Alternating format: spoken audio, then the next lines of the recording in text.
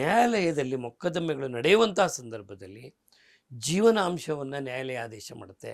ಇಂತಿಷ್ಟು ಜೀವನಾಂಶವನ್ನು ನೀನು ಪತ್ನಿಗೆ ಕೊಡು, ಇಂತಿಷ್ಟು ಜೀವನಾಂಶವನ್ನು ನೀನು ಮಕ್ಕಳಿಗೆ ಕೊಡು, ಒಂದು ಮಗುವಿಗಿಷ್ಟು ಕೊಡು, ಇನ್ನೊಂದು ಮಗುವಿಗಿಷ್ಟು ಕೊಡು, ತಾಯಿಗಿಷ್ಟು ಕೊಡು ಅಂತ ಆದೇಶ ಮಾಡುತ್ತೆ. ಆತನ ಆದಾಯವನ್ನು ಪರಿಗಣನೆಯಲ್ಲಿ ಇಟ್ಕೊಂಡು ಆದೇಶ ಮಾಡಿದಾಗ ಅವರು ಆ ಹಣವನ್ನು ಕೊಡಲೇಬೇಕಾಗತ್ತೆ, ತಪ್ಪಿಸ್ಕೊಳ್ಳೋದಕ್ಕೆ ಸಾಧ್ಯ ಇಲ್ಲ. ಅದನ್ನು ಮಧ್ಯಂತರ ಆದೇಶ ಅಂತೀವಿ. ಇಂಟೀರಿಯಂ ಅದು ಪೂರ್ತಿಯಾಗಿ ಇನ್ನೂ ತೀರ್ಮಾನ ಆಗಿಲ್ಲ ಎಷ್ಟು ಕೊಡಬೇಕು ಅನ್ನೋದು.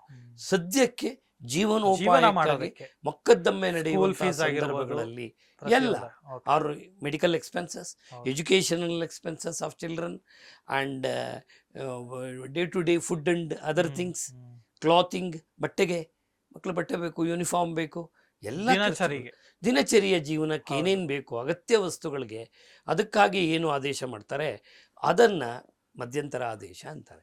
ಇನ್ನು ಕೇಸು ತೀರ್ಮಾನ ಆಗೋಗುತ್ತೆ. ತೀರ್ಮಾನ ಆಗೋಗುವಂತಹ ಸಂದರ್ಭದಲ್ಲಿ ಕೆಲವರು ಹೇಳ್ತಾರೆ ನಂಗೆ ಮಧ್ಯಂತರ ಜೀವನಾಂಶ ಕೊಡೋಕ್ಕೆ ಸಾಧ್ಯ ಇಲ್ಲ, ಒಟ್ಟಿಗೆ ಒಂದಿಷ್ಟು ದುಡ್ಡನ್ನು ನಾನು ಕೊಟ್ಬಿಡ್ತೀನಿ, ಸೆಟಲ್ ಮಾಡಿ ಹೆಂಡತಿ ಮಕ್ಕಳಿಗೆ ಅಂತ ಒಂದಿಷ್ಟು ದುಡ್ಡು ಕೊಡ್ತೀನಿ, ಅದನ್ನು ಅವ್ರು ಇಟ್ಕೊಂಡು ಮುಂದೆ ಅವ್ರ ಜೀವನ ಮಾಡ್ಕೊಂಡು ಹೋಗಲಿ ಅಂತ ಅಂತಾರೆ. ಅಂತಹ ಸಂದರ್ಭಗಳಲ್ಲಿ ಅದಕ್ಕೂ ಅವಕಾಶ ಇದೆ. ಯಾವುದನ್ನು ಪರ್ಮನೆಂಟಾಗಿ ಕೊಟ್ಟು ಕೈ ತೊಳ್ಕೊತಾರೋ ದಟ್ ಈಸ್ ಕಾಲ್ಡ್ ಪರ್ಮನೆಂಟ್ ಅಲಿಮನಿ. ಮಧ್ಯ ಕೊಡುವಂಥದ್ದು ಇಂಟಿರಿಮ್ ಮೇಂಟೆನೆನ್ಸ್. ಜೀವನಾಂಶ ಒಂದು ಹಕ್ಕಿದು, ಹಕ್ಕು ಮತ್ತು ತೆಗೆದುಕೊಳ್ಳುವವರ ಹಕ್ಕು, ಕೊಡುವವರ ಕರ್ತವ್ಯ. ಬೆಗ್, ಬಾರೋ ಆರ್ ಸ್ಟೀಲ್, ಏನಾದ್ರು ಮಾಡು, ಕೊಡಬೇಕು ಅಷ್ಟೇ, ಕೊಡಬೇಕು. ನನಗೆ ಆದಾಯ ಇಲ್ಲ, ನನಗೆ ಉದ್ಯೋಗ ಇಲ್ಲ, ನಂಗೆ ಕೊಡೋಕ್ಕೆ ಸಾಧ್ಯ ಇಲ್ಲ ಸ್ವಾಮಿ ಅಂದರೆ ಹಾಗಾದ್ರೆ ಒಂದು ಕೆಲಸ ಮಾಡು, ನಮ್ಮ ಸರ್ಕಾರದೊಂದು ಜಾಗ ಇದೆ, ದೊಡ್ಡ ಬಿಲ್ಡಿಂಗ್ ಕಟ್ಟಿದ್ದೀವಿ ನಾವು, ಚಾಪೆ ದಿಂಬು ಎಲ್ಲ ನಾವೇ ಕೊಡ್ತೀವಿ, ದಿನಕ್ಕೆ 2 ಹೊತ್ತು ಊಟ ಹಾಕ್ತೀವಿ, ಹೊದ್ಕೊಳ್ಳೋಕೆ ಕಂಬಳಿ ಕೊಡ್ತೀವಿ, ಗೊತ್ತಾಯ್ತಾ, ಹೋಗಿರು ಅಂತ ಕಳಿಸ್ತಾರೆ. ಅದಕ್ಕೆ ಅದೆಲ್ಲ ತಪ್ಪಿಸ್ಕೊಳ್ಳೋಕ್ಕಾಗಲ್ಲ, ಕೊಡಲೇಬೇಕು. ಸರ್, ಈಗ ಆ ಯುವತಿ ಅಥವಾ ಪತ್ನಿನೂ ಕೂಡ ದುಡಿತಾ ಇರ್ತಾರೆ, ಆಕೆ ಕೂಡ ವೆಲ್ ಸೆಟಲ್ಡ್ ಆಗಿರ್ತಾಳೆ, ಎಜುಕೇಶನ್ ಕೂಡ ಚೆನ್ನಾಗಿರುತ್ತೆ, ಜಾಬಲ್ಲಿ ಇರ್ತಾರೆ, ಆಗ್ಲೂ ಕೂಡ ಅಲಿಮನಿ ಕೊಡಲೇಬೇಕಾಗತ್ತಾ ಸರ್? ಒಳ್ಳೆಯ ಪ್ರಶ್ನೆಯನ್ನು ಕೇಳಿದ್ರಿ. ಸಾಮಾನ್ಯವಾಗಿ ಪತ್ನಿ ದುಡಿತಾ ಇದ್ದರೆ, ಆಕೆಗೆ ಪತ್ನಿಗೆ ಆದಾಯ ಇದ್ದರೆ ಪತಿ ಜೀವನಾಂಶವನ್ನು ಕೊಡಬೇಕಾಗಿಲ್ಲ. ಓಕೆ, ಬಟ್ ಆಕೆ ಡಿಮ್ಯಾಂಡ್ ಮಾಡ್ತಾಳೆ, ಇಲ್ಲಪ್ಪ ನಂಗೆ ಬೇಕು. ಆಗ್ಲೂ ಒಂದು ಅವಕಾಶ ಇದೆ. ಸಪೋಸ್ ಮಗು ಇದ್ದು ಅಥವಾ ಮಕ್ಕಳಿದ್ದು, ಆ ಮಕ್ಕಳು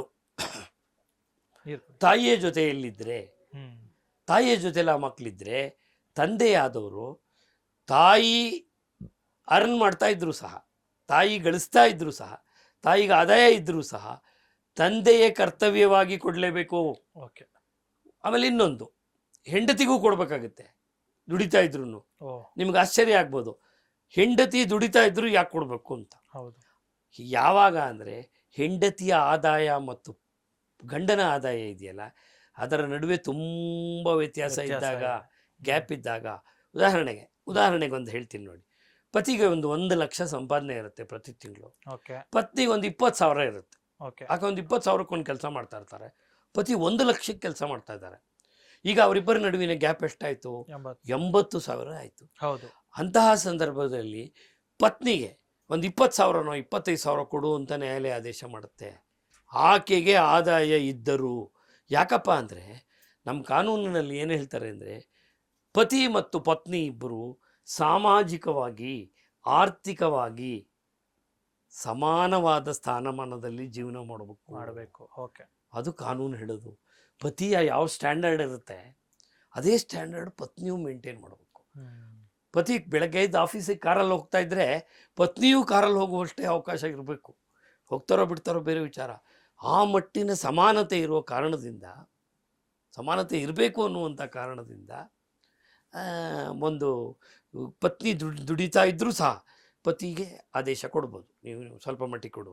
ಹಾಗಂತ ಪೂರ್ತಿ ಇಲ್ಲ. ಒಬ್ಬ ದುಡಿದೇ ಇರೋ ಮಹಿಳೆಗೆ ಸಿಗುವಷ್ಟು ದುಡಿತಾ ಇರುವ ಮಹಿಳೆಗೆ ಸಿಗಲ್ಲ, ಕಡಿಮೆ ಸಿಗುತ್ತೆ.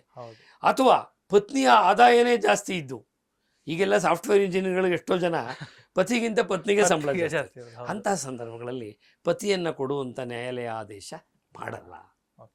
ಸರ್ ಇಲ್ಲಿ ಯಾಕೆ ಸರ್ ಯಾವಾಗ್ಲೂ ಕೂಡ ಗಂಡಸರೇ ಜೀವನಾಂಶ ಕೊಡ್ಬೇಕಾಗತ್ತೆ ಅಲ್ಲಿ, ಅಂದ್ರೆ ಅವರು ಕೂಡ ದುಡಿತಾ ಇರ್ತಾರೆ, ಅವರು ಕೂಡ ವೆಲ್ ಸೆಟಲ್ಡ್ ಆಗಿರ್ತಾರೆ. ನೀವು ಹೇಳಿದ್ರೆ 20,000 1,00,000 ಅಂತ, ಅದನ್ನೇ ನಾವು ಉಲ್ಟಾ ಮಾಡ್ಕೊಂಡು ಇದ್ ಮಾಡೋಣ. ಆಕೆಗೆ 1,00,000 ಇರುತ್ತೆ, ಈತನ್ಗೆ 20,000 ಇರುತ್ತೆ, ಆಗ್ಲೂ ಕೂಡ ಗಂಡಸರೇ ಕೊಡ್ಬೇಕಾ ಸರ್ ಅಂತ. ಬಹಳ ಒಳ್ಳೇದು ನೋಡಿ.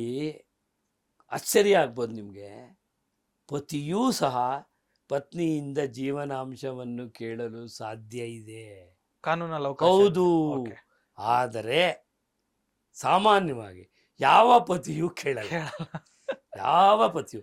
ಆದರೆ ಕೇಳುವ ಪುಣ್ಯಾತ್ಮರಿದ್ದಾರೆ, ನಾನೇ ನೋಡಿದ್ದೀನಿ. ಓಕೆ. ಕೇಳುವವರು ಇದ್ದಾರೆ. ಪತ್ನಿಗೆ ಕೆಲಸ ಇದೆ, ಪತಿಗೆ ಏನು ಕೆಲಸ ಇಲ್ಲ, ಕೆಲ್ಸ ಇಲ್ಲ. ಸರ್ ಜೀವನಾಂಶಕ್ಕೆ ಅರ್ಜಿ ಹಾಕಿ ಸರ್. ನ್ಯಾಯಾಧೀಶರಿಂದ ಹಿಡಿದು ಕೋರ್ಟಲ್ಲಿ ಕೂತಿರೋರೆಲ್ಲ ಆಶ್ಚರ್ಯ ಪಡ್ತಾರೆ.